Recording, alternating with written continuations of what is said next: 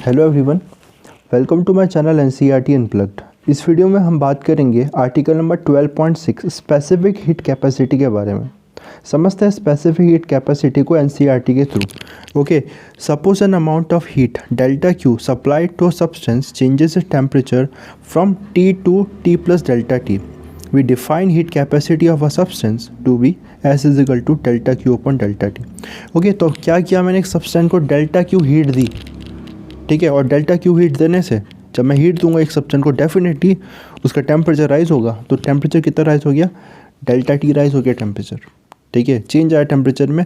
Okay, T था पहले, अब टी प्लस डेल्टा टी हो गया। Okay, so now heat capacity of substance को कैसे डिफाइन करूंगा? देखो, अभी हीट कैपेसिटी बोला है, स्पेसिफिक हीट कैपेसिटी नहीं बोला है, ठीक है। एस क्या हो जाएगा? Delta Q upon delta T. ये चैप्टर नंबर 11 में ये पढ़ चुके हो। ओके, तो मीनिंग क्या है, एक बार सिंपल लैंग्वेज में समझाओ तो, यूनिट टेम्परेचर राइज करने के लिए, ठीक है, सपोज 1 डिग्री राइज करने के लिए 15 डिग्री सेल्सियस था सपोज पहले टेम्परेचर एक सब्सटेंस का, उसका टेम्परेचर कितना किया? 16 डिग्री सेल्सियस। 1 डिग्री राइज करने के लिए मुझे उस सब्सटेंस को कितनी हीट देनी पड़ रही है? सपोज मैं बोलता हूँ 100 जूल देना पड़ रहा है, ठीक है। तो 100 जूल, ठीक है, 100 जूल क्या हो जाएगा? 100 जूल पर डिग्री सेल्सियस, ठीक है। पर डिग्री सेल्सियस क्या हो जाएगी इसकी हीट कैपेसिटी सब्सटेंस की, जो भी हमारी बॉडी है, ठीक है। बड़ी बॉडी होगी तो उसको ज़्यादा हीट देनी पड़ेगी, तो उसकी ज़्यादा हीट कैपेसिटी होगी, ठीक है। छोटी बॉडी के लिए कम हीट देनी पड़ेगी, ठीक है, 1 डिग्री राइज करने के लिए टेम्परेचर को।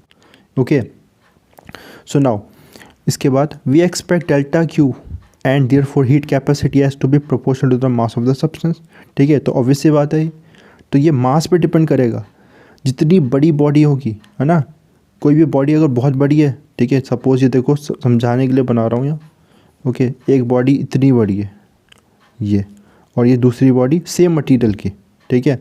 तो ऑब्वियस सी बात है, जितनी बड़ी बॉडी है उसको उतनी हीट लगेगी, उसका टेम्परेचर 1 डिग्री राइज करने में, क्योंकि एरिया ज़्यादा है, इसका मास ज़्यादा है।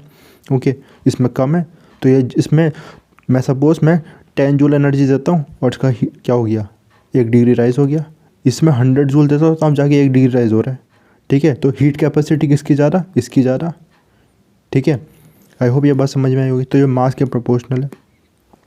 Further it could also depend on the temperature, that is a different amount of heat may be needed for a unit rise in temperature at different temperature, ठीक है। और ऐसा भी हो सकता है, अभी हम वाटर का देखेंगे केस यहाँ पर, ठीक है। डायग्राम देखोगे आप यहाँ कि देखो, जैसे कि एग्जाम्पल के लिए वाटर का एग्जाम्पल ले रहा हूँ, ठीक है। यहाँ पर आप डायग्राम में देखोगे तो यहाँ पर क्या है?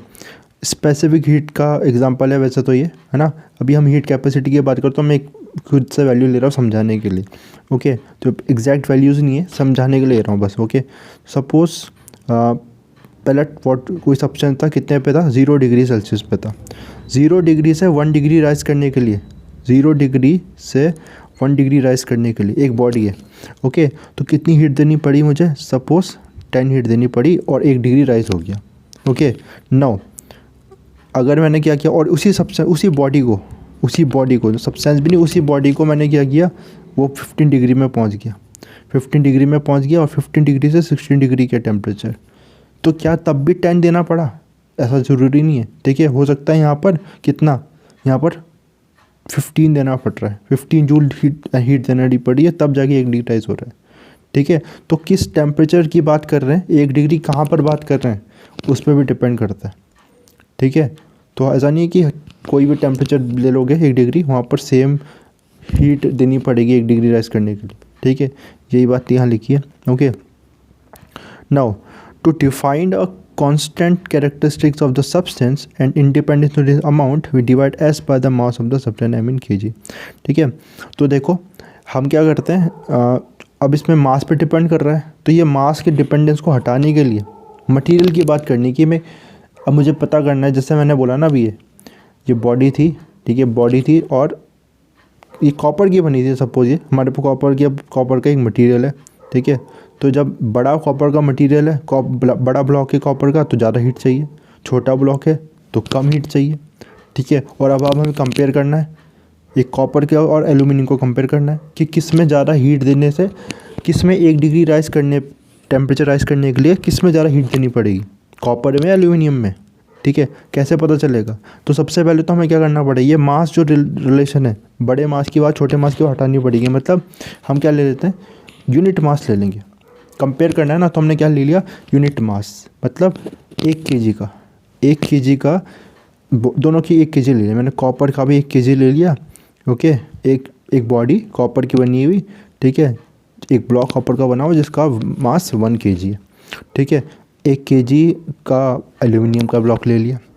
अब इसमें देखा 1 डिग्री, ठीक है, अभी वो देखेंगे पर्टिकुलर टेम्परेचर की बात करते हैं, 15.5 से 16.6 डिग्री, ठीक है, पर्टिकुलर टेम्परेचर रेंज। 1 डिग्री वहाँ राइस करना है, ठीक है, 1 डिग्री राइस करना है इस कॉपर को, इस एल्यूमिनियम को। तो कितना टेम्परेचर देना पड़ा, तो मैंने देखता हूँ अभी हम वैल्यू, एग्जैक्ट वैल्यू देखेंगे। आप दे रखिए इस पर एग्जैक्ट वैल्यू, है ना, यहाँ पर देखो एल्यूमिनियम की कितनी, 900 joule per KG per kelvin. मतलब क्या मतलब है इसका, 1 kelvin degree, 1 kelvin temperature rise करना है, ऐसा यूनिट है ना केल्विन। ओके, कितने को, 1 kg एल्यूमिनियम को, 1 kg एल्यूमिनियम के ब्लॉक को टेम्परेचर 1 केल्विन राइज करना है, तो कितनी हीट देनी पड़ेगी, 900 जूल। वहीं कॉपर की बात करूं तो 1 kg कॉपर, 1 kg कॉपर को अगर मुझे क्या करना है, 1 केल्विन टेम्परेचर का राइज करना है, तो 386। टंगस्टन की बात करूँ 134। तो हम देख रहे हैं कि एल्यूमिनियम विनर है यहाँ, ठीक है। एल्यूमिनियम बहुत ज़्यादा हीट लेगा, एल्यूमिनियम का मटेरियल बहुत ज़्यादा, एल्यूमिनियम का मटेरियल, ठीक है। एल्यूमिनियम का कोई बॉडी की बात नहीं हो रही यहाँ, क्योंकि हमने मास तो क्या ले लिया, यूनिट ले लिया ना सबका, बड़ी बॉडी छोटी बॉडी की बात नहीं रह गई अब 1 kg एल्यूमिनियम ज़्यादा हीट लेगा, यानी कि एल्यूमिनियम मटेरियल बहुत ज़्यादा हीट लेता है। ऐसे वाटर की भी हीट कैपेसिटी देखेंगे हम, स्पेसिफिक कैपेसिटी बहुत ज़्यादा है, ठीक है। तो बहुत ज़्यादा मास, बहुत ज़्यादा हीट लेगा, तब जाके 1 डिग्री राइज होगा, इसीलिए कूलेंट की तरह यूज़ करते हैं उसे हम। ओके, सो देखो आगे नाउ, सो ये एस हो जाएगा small S capital heat capacity है, डिवाइडेड मास से हमने डिवाइड कर दिया, तो यूनिट मास की बात होगी, ठीक है, यूनिट टेम्परेचर यूनिट मास, ठीक है। So S is known as the specific capacity of the substance, it depends on the nature of the substance and temperature, ठीक है। सब्सटेंस पे नेचर पे डिपेंड करेगा, है ना, अलग अलग नेचर के लिए अलग अलग हीट कैपेसिटी है, टेम्परेचर पे डिपेंड करेगा। Okay, unit of specific capacity joule per KG per kelvin, ठीक है, यहाँ से आ जाएगा ये फॉर्मूला। ओके, नाउ इसके बाद if the amount of substance is specified in terms of moles instead of mass, अगर जो अमाउंट ऑफ सब्सटेंस, हम सपोज ऐसे बात करते हैं कि जैसे मैं 1 kg की बोल रहा था ना अभी, सबका मैंने 1 मोल ले लिया, मोल का से अपने पड़ा है ना, 1 मोल किसका, एल्यूमिनियम का, ठीक है, 1 मोल किसका, कॉपर का, 1 मोल किसका, टंगस्टन का। तो 1 मोल ऑफ द सब्सटेंस का टेम्परेचर 1 केल्विन राइज करना है, तो कितनी हीट देनी पड़ेगी, तो उसको बोल देंगे क्या, ये हमारा क्या हो जाएगा, हीट कैपेसिटी पर मोल हो जाएगी। ओके, स्पेसिफिक हीट कैपेसिटी है, हीट कैपेसिटी पर मोल, 1 मोल। फिर से हमने क्या अमाउंट फिक्स कर दिया, उस पर मास फिक्स कर दिया था, अब अमाउंट फिक्स कर दिया कि इतना 1 मोल। ओके, और नाउ और यहाँ पे आप पता नहीं आपको, मैं केमिस्ट्री हमने कॉन्सेप्ट पढ़ा, 1 मोल कितने के बराबर होता है, 1 मोल में कितने पार्टिकल्स होते हैं, 6.022 इंटू 10⁻23, है ना, इतने पार्टिकल्स होते हैं।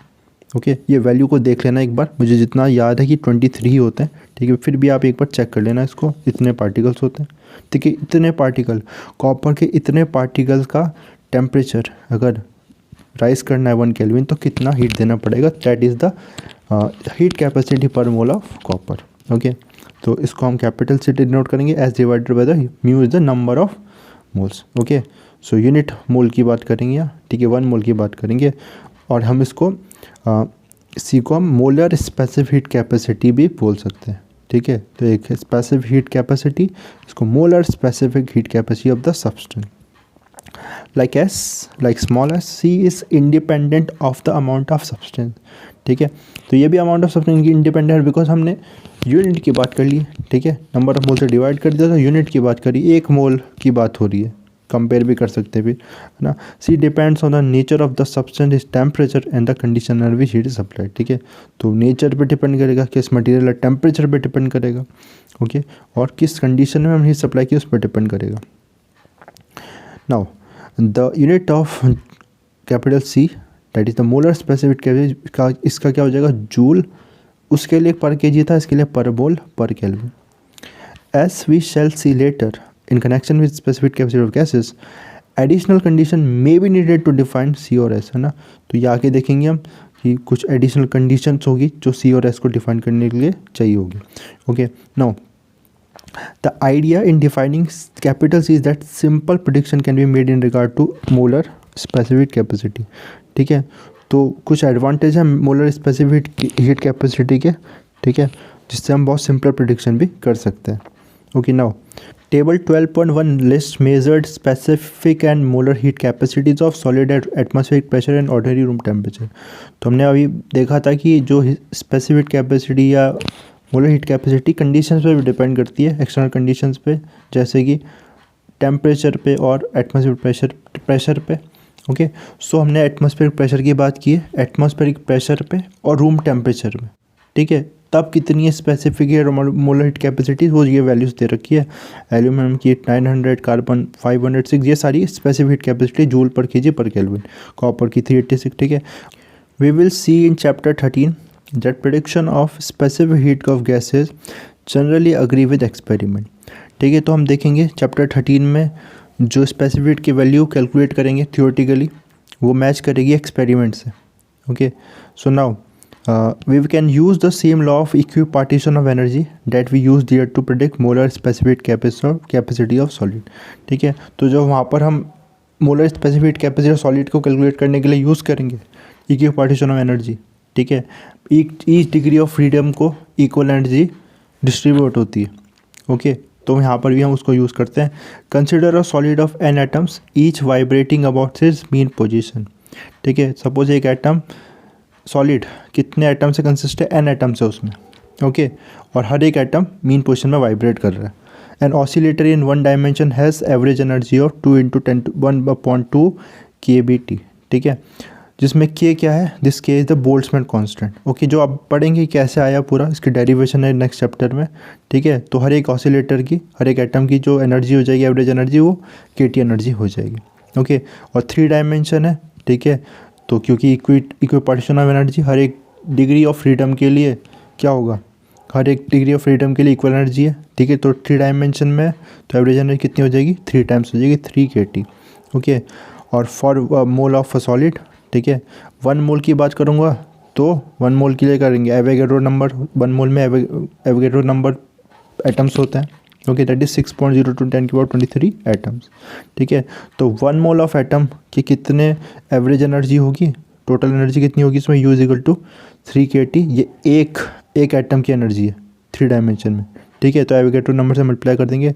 ठीक है, और आपको पता है K × N is R। Okay, gas constant, तो 3 RT आ गया। तो average total energy of a solid will be how much, 3 RT। okay, now at constant pressure delta Q is equal to delta U plus P delta V equivalent to delta U, since for a solid delta V is negligible। ठीक है, तो solid के लिए delta V negligible है। ठीक है, solid are incompressible, तो इसलिए क्या आ गया, ये वाला फैक्टर हट गया, तो डेल्टा Q डेल्टा U के बराबर आ गया। Heat given will be entirely use in the changing the internal energy. Okay, so therefore capital C के साथ इसके इक्वल आ गया delta Q upon delta T। Okay, और डेल्टा Q हमें देखा हमने डेल्टा U के बराबर है delta U upon delta T। U की वैल्यू 3 RT। ओके, तो T से T कैंसिल हो जाएगा, 3 RT अपॉन T, तो कैपिटल C कितना गया, 3 R। और R की वैल्यू कितनी होती है, 8.314 अप्रॉक्सीमेटली। ठीक है, 8.314 अप्रॉक्सीमेटली है ना। सो कितना आ गया C, कैपिटल C। ठीक है, अराउंड 24 पॉइंट समथिंग आएगा। ओके, इसको सॉल्व करते तो मोलर स्पेसिफिक कैपेसिटी सॉलिड्स की कितनी आ रही है, ठीक है, अराउंड 24 पॉइंट समथिंग आ रहा है। क्या ऐसा हो रहा है, एल्यूमिनियम 24.4, कार्बन को छोड़ दो 1 मिनट के लिए, कॉपर 24.5, लेड 26.5, सिल्वर 25.5, टंगस्टन 24.9, लगभग सबकी 24 पॉइंट के आसपास ही है। ठीक है, यानी कि वेरीफाई कर रहे हैं को, कार्बन एक्सेप्शन है। ओके, अब एक क्वेश्चन आपके दिमाग में ये आ रहा होगा कि एल्यूमिनियम की यहाँ 900 है। ठीक है, जब kg की मैं बात कर रहा हूँ, कार्बन की 506 है पर kg। यहाँ पर सबकी बराबर कैसे हो रही है, ठीक है। तो ये ध्यान रखना ना, 1 मोल की बात की है। एल्यूमिनियम के 1 मोल में कितने होते हैं, लगभग 26 ग्राम होता है, मैंने बताया, ठीक है। कॉपर में इसका 54 के आसपास होता है, 60 के आसपास 1 मोल में, ओके। लेड का और ज़्यादा होता है, ठीक है। उस हिसाब से तो सब नंबर ऑफ़ एटम्स तो सब में बराबर है, लेकिन उनका जो मास है वो अलग अलग आएगा, इसलिए ये है ना, इसलिए ऑलमोस्ट बराबर है यहाँ पर, ओके। कार्बन एक्सेप्शन है 3R। ये देखो, तो ये एक्सपेरिमेंटल वैल्यूज़ थी और यहाँ पर 3R है ना, ये हमने थियोरेटिकली किया और इसको वेरीफाई कर रहा है ये चीज़, okay. S 12.1 shows the experimental वेजर values which generally agree with predicted value 3R at ordinary temperature ना, तो उसके साथ वेरीफाई करा एक्सपेरिमेंट वैल्यू, वहाँ पर जो वो लिखा है टेबल में वो एक्सपेरिमेंटल वैल्यूज़ है, 3R के साथ वेरीफाई करा मैंने। आप 3 × 8.314 24 के आसपास आएगा, ठीक है। Carbon exception, the agreement is known to break down at low temperature, लेकिन ये लो टेम्परेचर में ये नहीं करेगा अगर, ठीक है, रूम टेम्परेचर में एग्री कर रहा है, ओके। तो आई होप कि आपको ये वीडियो समझ में आया होगा, ठीक है। नेक्स्ट वीडियो में हम बात करेंगे specific heat capacity of water की।